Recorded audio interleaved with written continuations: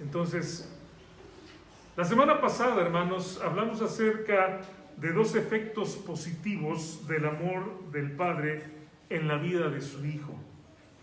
Hablamos acerca de que el amor del Padre hace sentir a su Hijo único y lo hace sentir también que pertenece.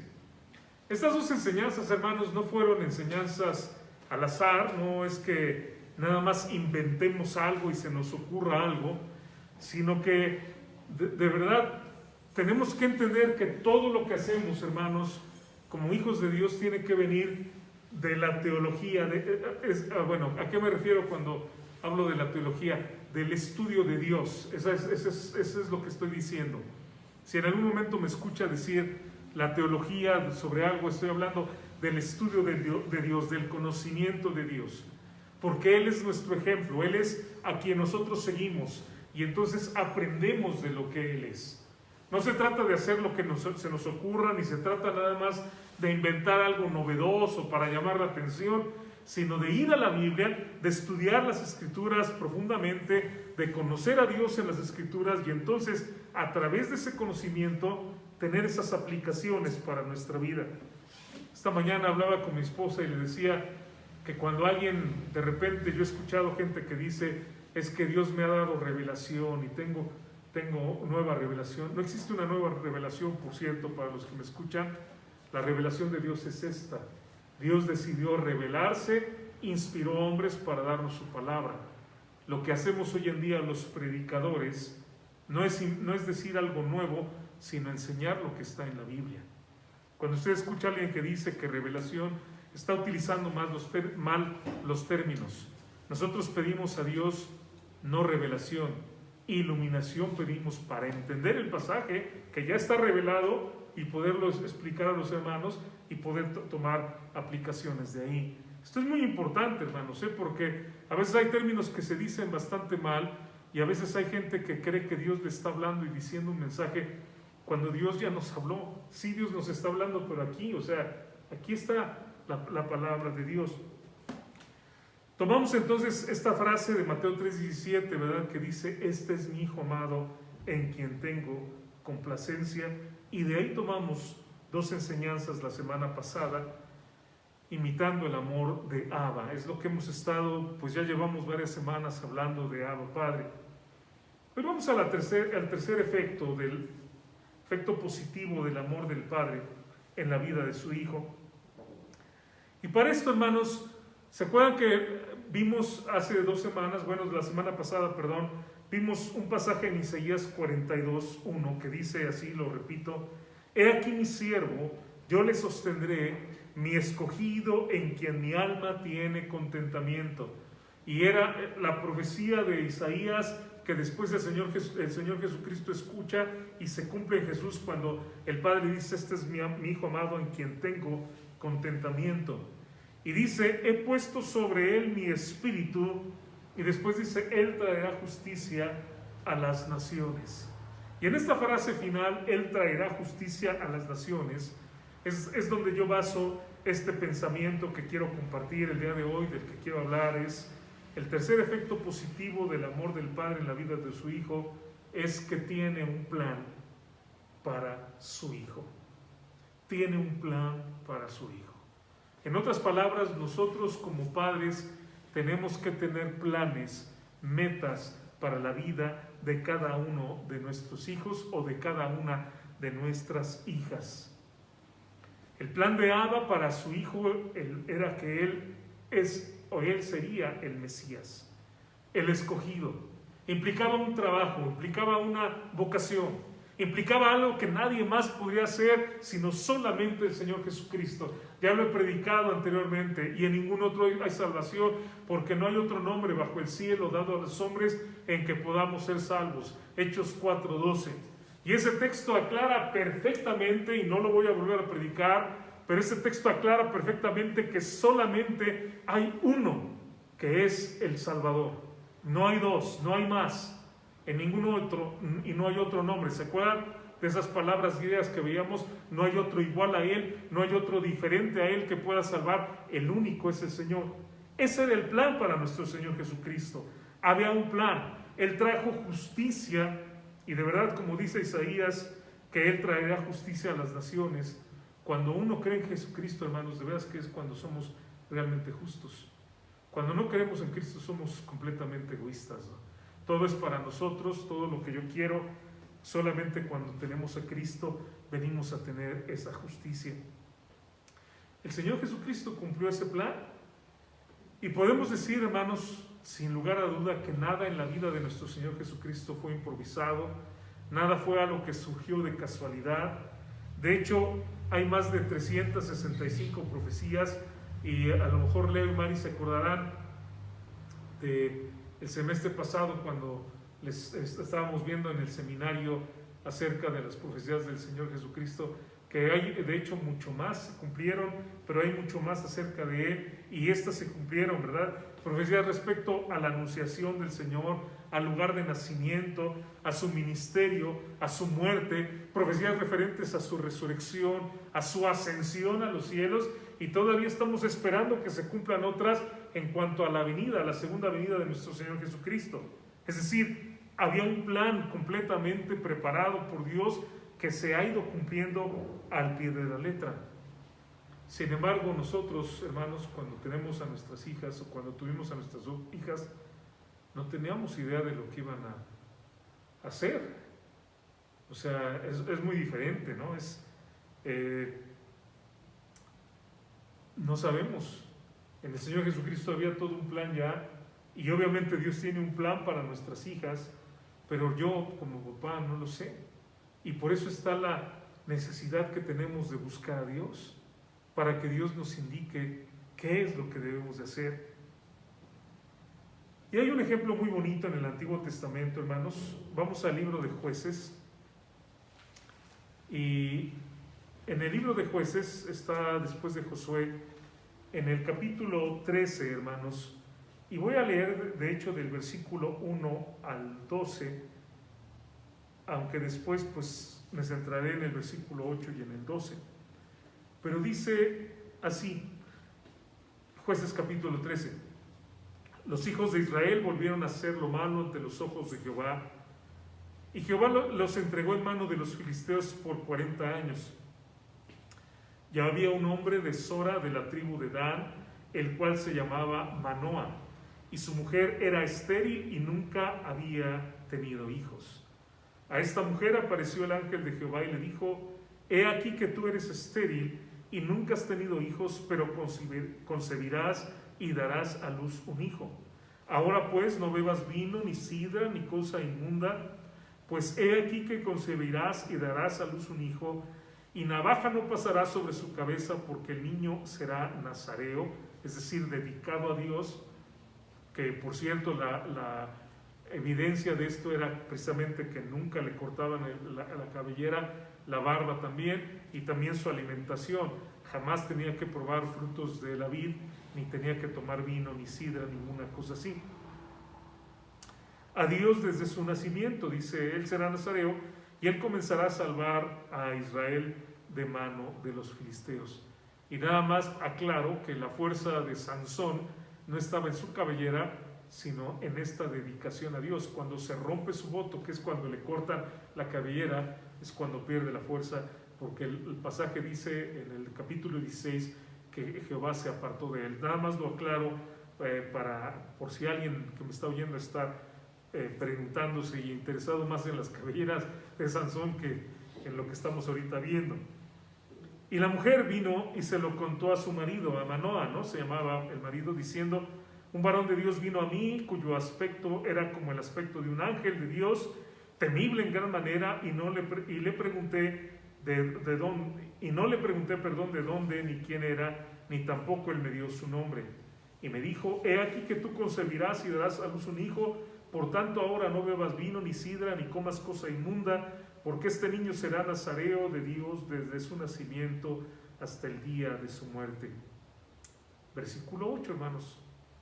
Entonces oró Manoa a Jehová y dijo: ah, Señor mío, yo te ruego que aquel varón de Dios que enviaste vuelva ahora a venir a nosotros y nos enseñe lo que hayamos de hacer con el niño que ha de nacer. Y Dios oyó la voz de Manoah. Y el ángel de Dios volvió otra vez a él, estando ella en el campo, mas su marido Manoah no estaba con ella. Y la mujer corrió prontamente a avisarle a su marido, diciéndole: mira, que se me ha aparecido aquel varón que vino a mí el otro día. Y se levantó Manoah y siguió a su mujer, y vino al varón y le dijo: ¿eres tú aquel varón que habló a la mujer? Y él le dijo: yo soy. Versículo 12. Entonces Manoah dijo: cuando tus palabras se cumplan, ¿cómo debe ser la manera de vivir del niño? ¿Y qué debemos hacer con él? Qué bonito, ¿no, hermanos? Van a tener un hijo.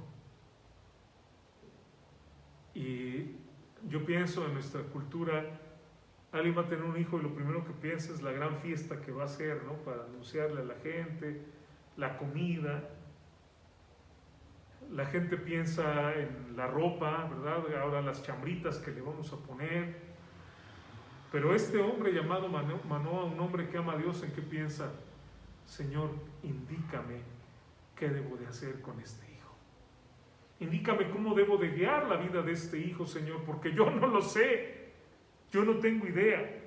Manoah reconoce su enorme responsabilidad y su necesidad imperiosa que tiene de ayuda, porque ahora va a tener un hijo y dice: en mis manos, Señor, tú vas a poner una joya muy preciosa que yo debo de cuidar, y necesito, Dios, que tú me guíes para que yo sepa qué es lo que debo de hacer. Él está lleno de gozo, por supuesto.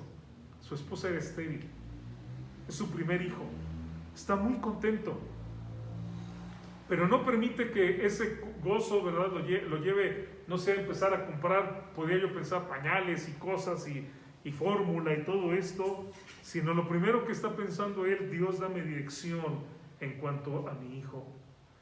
Cuando tus palabras se cumplan, dice, ¿cómo debe ser la manera de vivir del niño y qué debemos de hacer con él? Y hermanos, de verdad, si entendiéramos la enorme responsabilidad que Dios nos ha dado en las hijas que nos ha encargado, porque son de Él, y las ha puesto en nuestras manos. Si entendiéramos, oraríamos todos los días, y amigos que me escuchan, oraríamos día y noche por ellos, y pediríamos a Abba, a nuestro Padre, dirección continua para guiarlos. Y yo pienso, si yo trabajara, no sé, vendiendo barbacoa o carnitas, y se me echan a perder las carnitas, quemo la barbacoa, bueno, a lo mejor no voy a tener ganancia ese día, pero bueno, hasta ahí llega. No sé, si yo trabajara como sastre y echo a perder un saco, y viene el cliente y no sé, a lo mejor hasta me demanda, y termino pagándole a lo mejor un saco que valía, no sé, 3,000 pesos, algo caro, ¿no? Piensa en cualquier otra cosa. Le pusiste sal a la comida o le pusiste azúcar en lugar de sal. Va a haber una consecuencia. Pero imagínense echar a perder la vida de un hijo. No se compara, ¿no? O sea, echar a perder un traje o descomponer un aparato o romper una guitarra, yo sé, nos va a doler, bueno, a mí especialmente, pero no dolería tanto como echar a perder la vida de un hijo. Muchas veces lo he dicho, hermanos, aquí, y a lo mejor la gente que está escuchándome en internet no ha oído esto, y por eso lo quiero decir, pero cuando nació mi primogénita,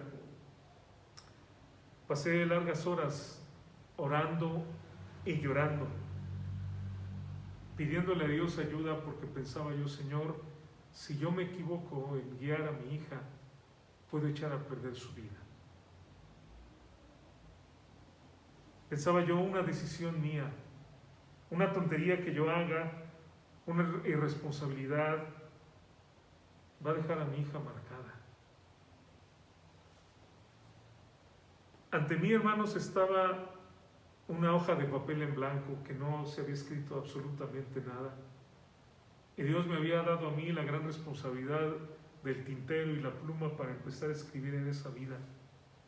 Y me acuerdo cómo oraba esa noche, Me acuerdo perfectamente, después de que ya estaba Irma dormida, ya había comido mi nena, ya se la habían llevado al cunero, y yo estaba ahí al lado de mi esposa y ella obviamente exhausta, y yo orando a Dios y diciendo al Señor, ayúdame, ayúdame. Tengo una gran responsabilidad, Señor. Y hermanos, yo sabía que no era suficiente, que yo no era lo suficientemente preparado, sabio, para cumplir tal misión. La tarea era más grande que quien era yo. Para ese tiempo, hermanos, yo ya era pastor, ya llevaba varios años de ser pastor. Había estudiado la Biblia por muchos años, había leído la Biblia varias veces de principio a fin, había estudiado sobre la familia, había enseñado sobre la familia, y precisamente por todo eso yo sabía la gran responsabilidad que ahora yo tenía en mis manos y la necesidad que tenía de Abba, de mi Padre espiritual, de mi Padre celestial, para poder cumplir con esa tarea. Hermanos, puedo decirles que no soy un padre perfecto, nunca lo he sido, pero sí puedo decirles que Abba me escuchó y que Abba suplió en la vida de mis hijas todo lo que yo no puedo lograr, todas las deficiencias que yo tengo como ser humano, todas las imperfecciones, todos los errores, todos los pecados. Dios, hermanos, suplió esas partes en la vida de mis hijas. Y por eso yo los invito a orar como Manoah y decirle a Dios, Señor, ¿qué quieres que hagan mis hijas? ¿Cómo quieres que sean? Y empezar a trabajar. A eso me refiero cuando hablo de un plan para nuestros hijos. Sin embargo, tener un plan para un hijo representa un reto. ¿Qué quiero que mi hijo, qué quiero que mi hija, y voy a hablar en femenino porque tengo hijas, qué quiero que mi hija sea?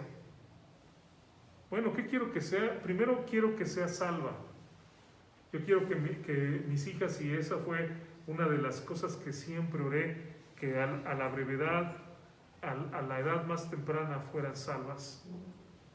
¿Qué quiero? Que ella crea en Jesucristo y lo acepte como su Salvador, que se arrepienta de sus pecados. ¿De qué sirve que tenga una carrera? ¿Y de qué sirve que gane dinero? ¿Y de qué sirve que llegue a tener una familia muy bonita si en 100 años se va a morir y se va a condenar eternamente en el infierno? Quiero que ame a Dios sinceramente, que no venga a la iglesia porque la obligo, que no nada más haga las cosas de leer la Biblia o de orar porque yo la obligo y estoy sobre ella, sino quiero que sinceramente y de convicción crea en Dios con todo su corazón, no por apariencias, no por obligación. Quiero que respete y ame a sus semejantes. Quiero que sea honesta, quiero que sea justa, quiero que sea sabia también. Mi anhelo es que sea muy trabajadora y que se gane su sustento, como dice la palabra de Dios, con el sudor de su frente. Quiero que tenga una fe muy grande en Abba Padre y que confíe plenamente en Él. Ahora este es el reto. Si yo quiero que mi hija sea todo eso que yo estoy diciendo, primeramente yo tengo que ser eso. No puedo esperar que ellas sean de una manera completamente diferente a lo que yo soy. Y entonces aquí está el primer consejo. Todo lo que quieras tú que tu hijo sea, debes serlo tú antes de que ellos lo sean. Sé con todo tu ser, y si quieren anoten esta idea, sé con todo tu ser lo que quieres que tus hijos sean. Sé con todo tu ser lo que quieres que tus hijos sean. Grábalo esto en tu corazón. Tú tienes que ser todo lo que quieres que ellas sean, porque lo que tú seas, eso van a imitar. ¿Ha visto los hijos de un fumador? o los hijos de una persona que le encanta la bebida? ¿Qué prácticas comparten los hijos de alguien que le gusta el robo? Pues lo mismo, ¿no? O sea, finalmente terminan haciendo lo mismo que los padres. ¿Por qué? Por imitación. Ahora, muchos de nosotros, hermanos, no estamos en esa situación porque vino Abba Padre y nos rescató y tenemos una vida diferente. Pero mucha gente podemos ver que ha seguido los pasos de su padre, ha imitado los pasos de su madre y lo sigue haciendo. ¿Quieres que tu hijo sea consagrado a Dios? Tú tienes que serlo. ¿Cuántas ocasiones yo he encontrado gente que quiere que sus hijos dejen un vicio? Hablan conmigo para que hable con los hijos, para que dejen un vicio, para que sean de cierta manera, pero antes de hablar con los hijos, al hablar con los padres, me doy cuenta que hacen lo mismo. Han venido padres que me dicen, es que mi hijo tiene 14 años y ya está tomando, y cuando le pregunto, ¿y usted toma? Pues sí, nada más que yo soy adulto. No importa que seas adulto, seas joven, o sea, si tú haces eso, eso es lo que van a hacer tus hijos, eso es lo que van a imitar. No van a hacer lo que tú les digas, van a hacer lo que tú eres. Y por eso la primera idea, hermanos, es esa: sé con todo tu ser lo que quieras que ellos sean. La segunda idea en este plan, para poder llegar al plan de nuestros hijos, a cumplir el plan en la vida de nuestros hijos, la segunda idea es enseñar. Nuevamente, hermanos, como decía la semana pasada, ser padre es un trabajo de tiempo completo. Es un trabajo que requiere esfuerzo y dedicación. Y la idea aquí, enseñar, lo vemos en el famoso Shema. Se le llama así el Shema al pasaje de Deuteronomio capítulo 6, el quinto libro de la Biblia, hermanos. En el versículo 4, cuando dice Shema Israel, es Shema Yisrael. El versículo 4 sería en hebreo: oye Israel, Jehová nuestro Dios, Jehová uno es. Ahora, vean aquí, hermanos, todas las veces que repite la idea de enseñar. Primero, oye, y la idea es escucha para que lo hagas, escucha para obedecerlo. Oye Jehová, oye Israel, Jehová nuestro Dios, Jehová uno es. Dice: y amarás a Jehová tu Dios de todo tu corazón y de toda tu alma y con todas tus fuerzas. Y estas palabras que yo te mando hoy, aquí viene otra vez la idea de enseñanza, estarán sobre tu corazón. Y luego otra vez la idea de enseñanza, y las repetirás a tus hijos. Nuevamente la idea de enseñanza, y hablarás de ellas estando en tu casa y andando por el camino y al acostarte y cuando te levantes, una y otra y otra y otra vez, y una enseñanza continua. Versículo 8, y las atarás como una señal, dice, en tu mano, y estarán como frontales entre tus ojos, y las escribirás en los postes de tu casa y en tus puertas. Y literalmente los judíos, hermanos, han hecho esto, que también inclusive en las puertas están las famosas mezuzá que están ahí donde está precisamente este pasaje, y lo tocan y lo besan cuando llegan a la casa de un judío. ¿Qué quieres que tu hijo sea? Tienes que enseñarlo y enseñarlo y enseñarlo y enseñarlo. ¿Quieres que tu hijo aprenda a amar, que tu hijo sea generoso? Tienes que enseñarlo y enseñarlo y enseñarlo. Otro pasaje, hermanos, que me encanta mucho es 2 Timoteo 3, 16 y 17. Muchos lo conocen de memoria. Toda la escritura es inspirada por Dios y útil para enseñar. Nuevamente está la idea: para redarguir, para corregir, para instruir en justicia. Versículo 17, a fin de que el hombre de Dios sea perfecto, enteramente, completamente preparado para toda buena obra. Y estos versículos nos dan el proceso de la enseñanza. La palabra bendita es inspirada por Dios y es útil, que dice, primero para enseñar. Y ahí está. Allí aprendemos los conceptos, nos aclaran las dudas, nos explican las cosas, nos dicen los porqués, nos dicen cómo funciona la vida. Dios nos dice, esto es lo que tienes que hacer, y así y así. para que tengas una vida que sea de bendición, para que seas de bendición para los demás, para que dejes un legado en esta tierra y vayas a mi presencia. Pero después de enseñar, hermanos, mucha gente no cambia. Y por más que le enseñamos, no cambia. Y entonces viene la siguiente palabra, elencos, que es la palabra redarguir, que trata, ¿sabe de qué? De traer convicción.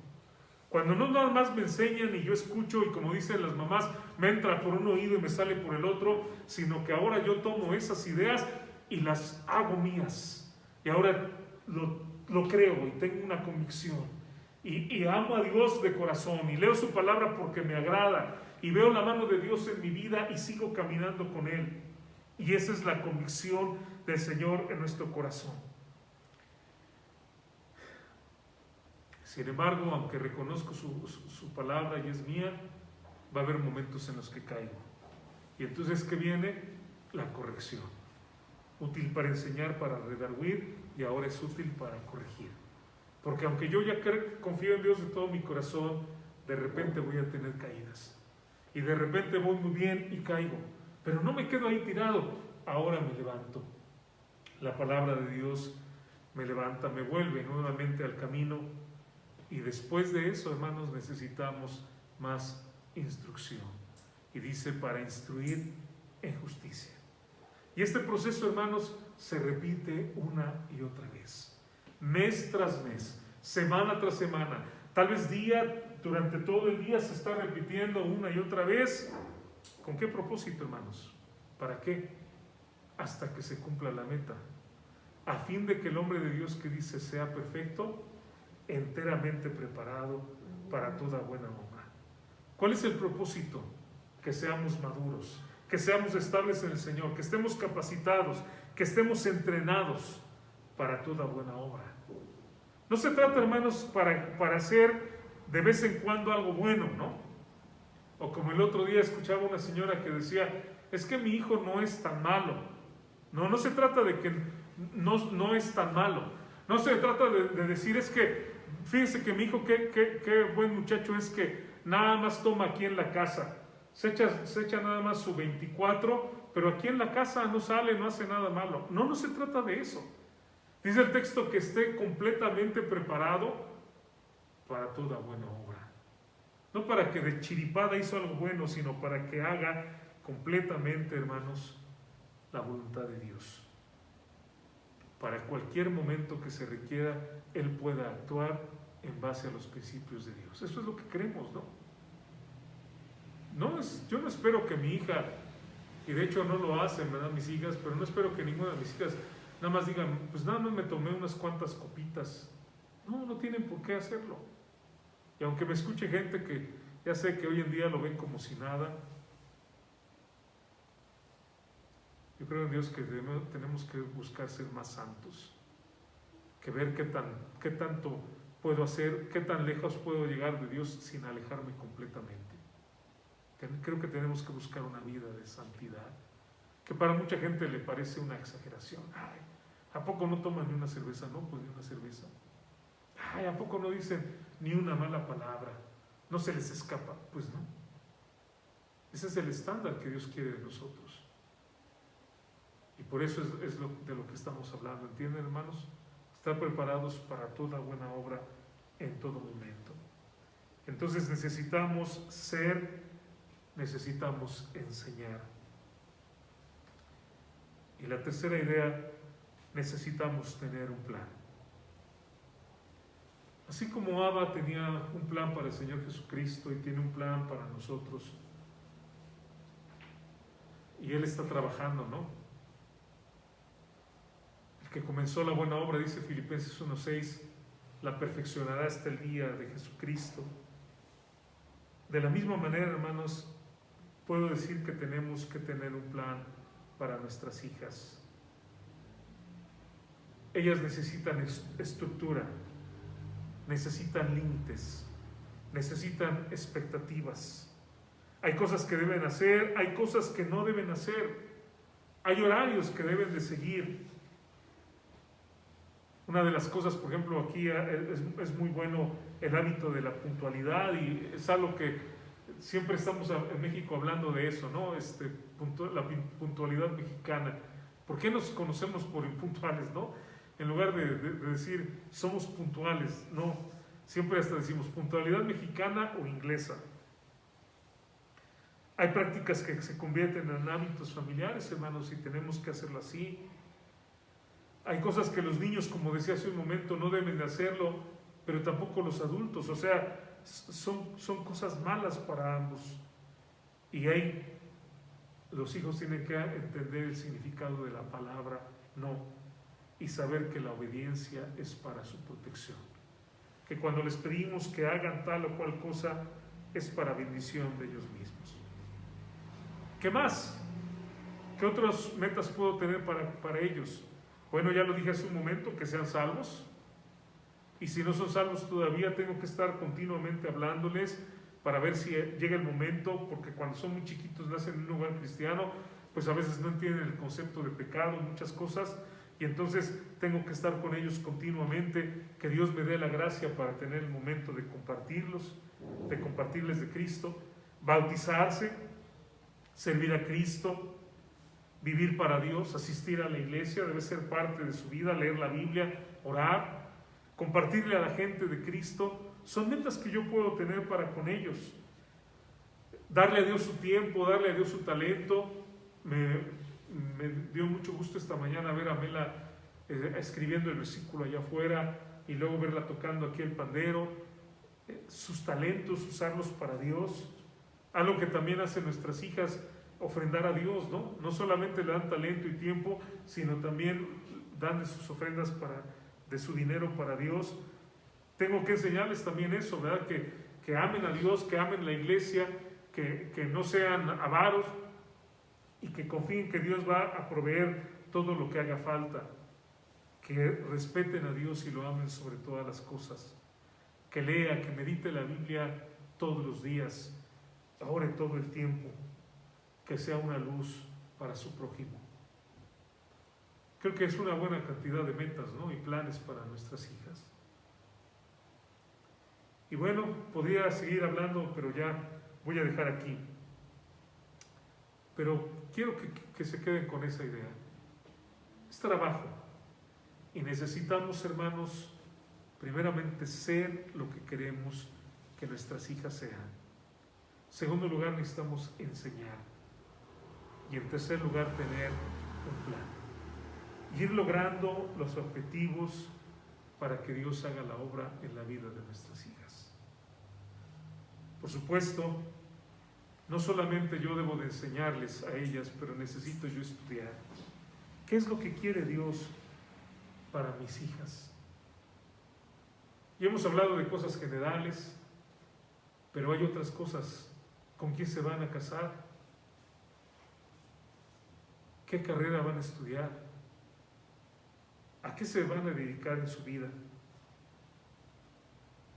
Les recuerdo, hermano, que tenemos un breve tiempo para instruir al niño en su camino, para instigar, para provocar ese sabor por las cosas espirituales en la vida del hijo.